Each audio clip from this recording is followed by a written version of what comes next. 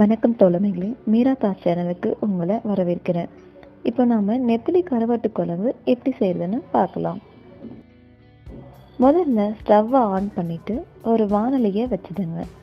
வாணலி சூடானதும் ஒரு 100 கிராம் அளவுக்கு நெத்திலி கருவாடை எடுத்து வாணலியில் போட்டு ஒரு 5 நிமிஷத்துக்கு வறுத்து எடுத்துக்கோங்க.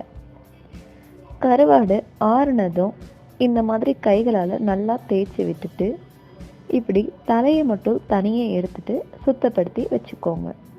இப்போது ஒரு 150 கிராம் அளவுக்கு தட்டைப்பயிறு எடுத்து வறுத்து வச்சிடுங்க. தண்ணியை கொதிக்க வச்சு தட்டைப்பயிரை வேக வச்சு தனியாக தண்ணி வடித்து வச்சுக்கோங்க.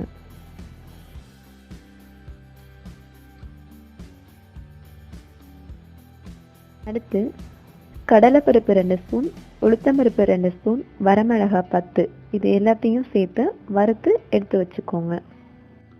அடுத்து தக்காளி 4, சின்ன வெங்காயம் 100 கிராம், பூண்டு ஒரு 10 பல் அளவுக்கு எடுத்துட்டு எல்லாத்தையும் ஒரு ஸ்பூன் எண்ணெய் விட்டு வதக்கி ஆற வச்சு எடுத்து வச்சுக்கோங்க.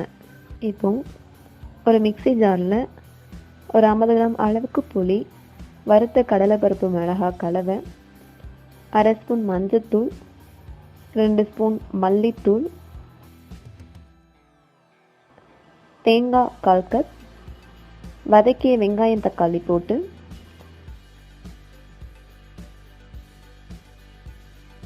நல்லா மைய அரைச்சி எடுத்துக்கோங்க. இப்போ ஸ்டவ்வை ஆன் பண்ணி ஒரு வாணலியை வச்சு சூடானதும் 3 ஸ்பூன் சமையல் எண்ணெய் சேர்த்துக்கோங்க. எண்ணெய் காஞ்சதும் வடாகம் இருந்தால் சேர்த்துக்கோங்க, அப்படி இல்லைன்னா 4 சின்ன வெங்காயத்தை தட்டி போட்டுக்கோங்க.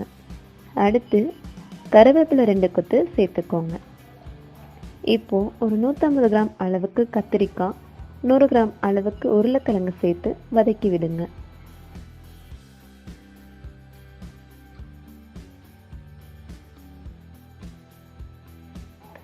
காய்கறிகளை பாதி அளவுக்கு வதங்கியதும் வேக வச்சு வச்சிருக்கிற தட்டைப்பயிறு, தேவையான அளவு உப்பு சேர்த்து 2 நிமிஷம் வதக்கி விட்டுக்கோங்க.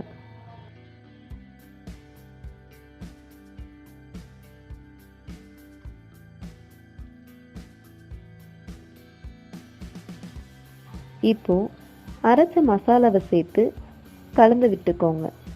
இதில் தேவையான அளவு தண்ணி சேர்த்து நல்லா கொதிக்க விடுங்க.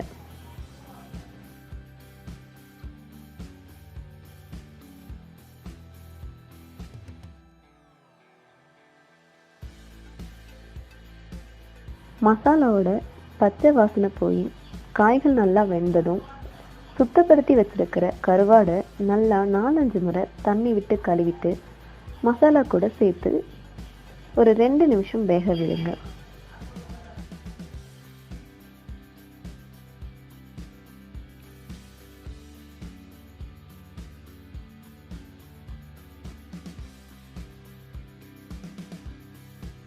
ரெண்டு நிமிஷம் கழிச்சு ஸ்டவ்வை ஆஃப் பண்ணிட்டு மல்லி இலை தூவி பரிமாறுங்க.